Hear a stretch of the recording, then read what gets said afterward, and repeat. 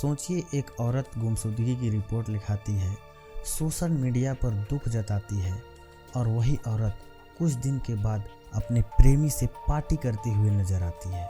अब सोचिए, उस औरत का पति 1 साल पहले मारा जा चुका था और लाश तक पहचान नहीं आई थी। दिल्ली के अलीपुर से शुरू हुई कहानी आपको उस जगह पर ले जाएगी जहां पर प्यार सिर्फ एक शब्द था और रिश्ते बिक रहे थे, और वो भी 50,000 में।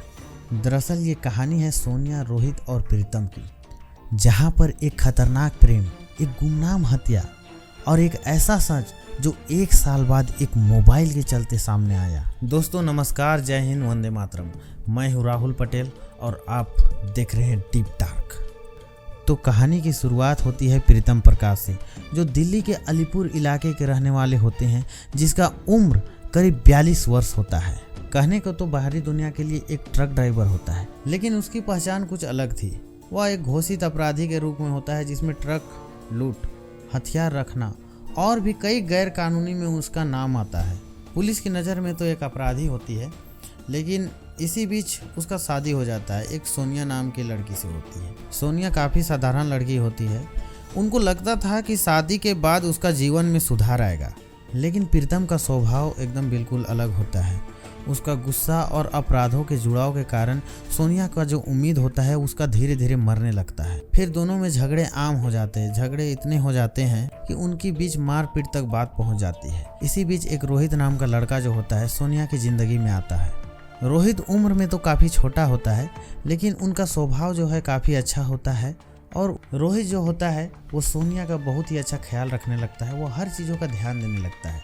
सोनिया को यही बात भा जाता है और उससे प्रेम हो जाता है, क्योंकि प्रीतम का जो उम्र होता है सोनिया से काफ़ी बड़ी होती है, जिससे दोनों का उम्र में काफ़ी अंतर होता है, जिसके कारण सोनिया को बहुत ही अच्छा लगने लगता है रोहित उससे घंटों बात किया करता था, उसके हर स्वभाव को समझता था, उसका ख्याल रखता था, जो उसे प्रीतम नहीं दे पाता था।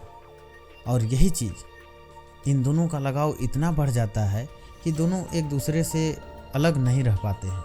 उन दोनों का मन में ये ख्याल आता है कि क्यों ना प्रीतम प्रकाश को रास्ते से हटा दिया जाए। काफ़ी बात विचार करने के बाद इन दोनों के बीच में प्लान बनता है।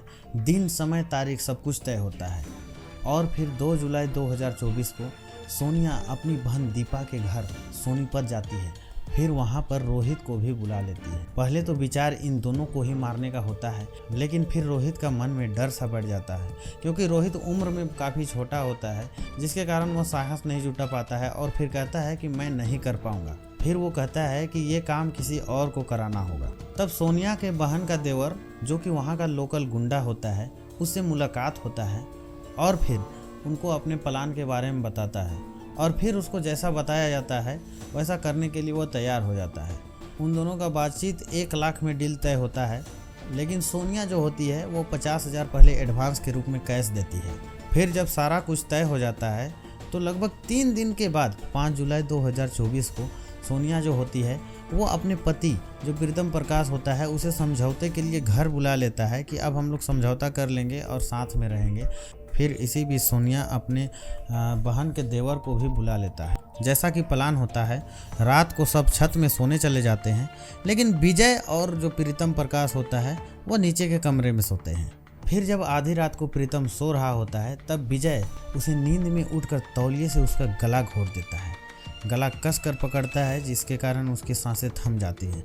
जब वो सांसें थम जाता है तो प्रीतम उसे ठीक ठाक से चेक करता है और वो पास के नाले में जाकर उसे फेंक देता है। फिर विजय उसका एक वीडियो बनाता है और उसे सोनिया को भेजता है कि हमने सारा कुछ काम कर दिया है, आप मुझे पूरे पैसे दे दीजिए। फिर इसी बीच 5 दिन गुजर जाता है। लाश जो होता है वो नाले में ही पड़ा रहता है। 10 जुलाई 2024 को जब पुलिस को सूचना मिलती है कि यहाँ एक अज्ञात लाश है, तो पुलिस अपने जांच के लिए पूरी टीम लेकर आ जाती है। जब पुलिस को सड़ी हुई बॉडी का कोई अता पता नहीं चलता है, तो इसे अनडिफाइंड बॉडी मानकर इसको केस को बंद कर दिया जाता है, क्योंकि लोकल के पुलिस स्टेशन में इसका कोई शिकायत नहीं आता है। और जो सोनिया जो होती है वो बहुत ही चालाक होती है, बहुत ही चतुर होती है। वह दिल्ली जाकर गुमशुदगी की रिपोर्ट लिखाती है, जबकि हत्या होता है सोनीपत में। और कुछ दिन के बाद सोशल मीडियाओं पर जो सोनिया जो होती है वो बेदर्दी गानों और काफ़ी शौक वाले गानों को लेकर वैसे वीडियो बनाती है और काफ़ी दुख जाहिर करती है कि मेरे पति नहीं मिल रहे हैं। दोस्तों ऐसे ही करते करते लगभग 1 साल गुजर जाता है। जब 1 साल गुजर जाता है और उधर जो होता है कि दिल्ली पुलिस एक भगोड़े जो आपराधिक मामले जो प्रीतम प्रकाश में दर्ज होता है उसे ढूंढ रही होती है। फिर एक दिन ऐसा होता है कि उसका मोबाइल जो है कि एक्टिव हो जाता है। जब उसका मोबाइल एक्टिव हो जाता है तो पुलिस उसे ट्रेस करती है। जब वह ट्रेस करते करते पहुंचती है तो वहां दिल्ली के अलीपुर का लोकेशन बताता है। जब दिल्ली का अलीपुर लोकेशन बताता है और जब पुलिस जब ढूंढते ढूंढते वहां तक पहुंचती है तो जो मोबाइल होता है वो रोहित के पास मिलता है। रोहित को पुलिस जो होती है गिरफ्तार कर लेता है। जब उसे गिरफ्तार कर लेता है तो पुलिस उसे काफ़ी सख्ती से पेश आती है और उसे काफ़ी सख्ती से पूछताछ करती है। उम्र में तो काफ़ी कम था ही रोहित, जिसके कारण से वह जल्दी ही टूट जाता है और सारा सच उगल देता है। जब सारा सच उगल देता है तो वो बताता है कि प्रीतम प्रकाश जो होता है वो कोई मेरा साथी नहीं होता है। वो कहता है कि सोनिया मेरा गर्लफ्रेंड है और सोनिया के हस्बैंड जो होते हैं प्रीतम प्रकाश, उसका हत्या जो होता है हम दोनों ने मिलकर करवाई है। जब रोहित सारा सच उगल देता है तो सोनिया को भी गिरफ्तार कर लिया जाता है। सोनिया को गिरफ्तार करने के बाद उसे भी सख्ती से पूछताछ जब किया जाता है तो वो भी सारा सच उगल देता है और वो एक्सेप्ट कर लेती है कि हाँ हम दोनों ने मिलकर उसका हत्या करवाई थी, वो भी सुपारी देकर। जब पुलिस ने पूछा कि उसका हत्या क्यों करवाई, सोनिया बताती है कि वो मुझे जब भी घर आता था वो मुझे बहुत मारता पीटता था, जिसके कारण मैं तंग आ गया और वो प्यार मुझे नहीं मिल पाता था जो पति से मिलना चाहिए था। जब रोहित मेरा ज़िंदगी में आया तो मुझे लगा कि अब मेरा ज़िंदगी संवर सकता है। फिर मेरे मन में ख्याल आया कि इसे रास्ते से हटा दिया जाए। हम लोगों ने विजय को सुपारी दिए और विजय से ही हत्या करवाया। जब दिल्ली पुलिस जो होती है विजय की बढ़िया से तफ्तीश और जांच करती है तो पाता है कि विजय पहले से ही जेल में है और वो जेल में रहने कारण उसका मर्डर का एक केस और जुड़ जाता है। और सोनिया जो कि गाड़ी बेचकर 1 लाख में सुपारी दिया था उसे भी जेल भेज दिया जाता है और साथ ही रोहित को भी जेल भेज दिया जाता है। और सबसे चौंकाने वाली बात यह है कि सोनिया जो होती है लगातार 1 साल तक अपने आप को विधवा औरत के रूप में पेश करती है और सोशल मीडिया पर वो हमेशा दुख दर्द और शौक वाले वीडियो हमेशा डालते रहती है ताकि किसी को किसी तरह का कोई भनक या शक ना हो। दोस्तों मैं यही कहना चाहता हूँ कि रिश्ता जो होता है वो भरोसे से चलते हैं और जब भरोसा की जगह शक ले लेता है और प्यार की जगह लालच आ जाता है तो घर नहीं बचता है, केवल लाशें बचती है। सोनिया चाहती तो वह कानून का रास्ता चुन सकता था, वह अलग रह सकती थी, लेकिन वह चुना साजिश का रास्ता जिसने 3 जिंदगियां ले डूबा।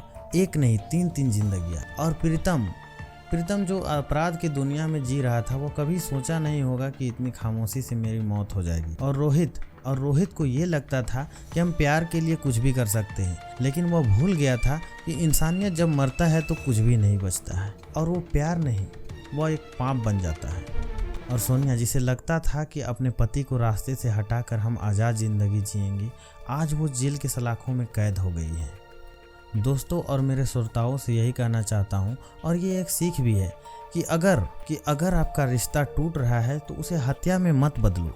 अगर आपको लग रहा है कि हम एक दूसरे के साथ नहीं रह सकते हैं तो हमारे बीच में कानून का रास्ता है, समाज का रास्ता है जिसका शरण ले सकते हैं। लेकिन जब हम ये सब रास्ताओं को छोड़कर अपनी चालाकी दिखाते हैं तो अंत में खून, धोखा और पछतावा के अलावा कुछ नहीं रह जाता है। प्यार की असली परिभाषा किसी को रास्ता से हटाना नहीं होता है। दोस्तों अगर कोई रिश्ता जहर बन चुका है तो उसे छोड़ दो। समाज में कई रास्ते हैं, कानून में कई रास्ते हैं, लेकिन ये सब रास्तों को छोड़कर अगर किसी का जान ले लेते हैं तो अपनी ज़िंदगी को और भी जहन्नुम बना लेते हैं। दोस्तों मैं इस कहानी को सुनाकर किसी का भावना को ठेस पहुंचाना नहीं चाहता हूं, बल्कि मैं इस कहानी को सुनाकर आप लोगों को सजग और सुरक्षित रहने के लिए कहता हूं। दोस्तों याद रखना, इंसाफ की नज़र भले ही देर से खुलती है, लेकिन जब खुलती है तो पूरा अतीत सामने रख देती है।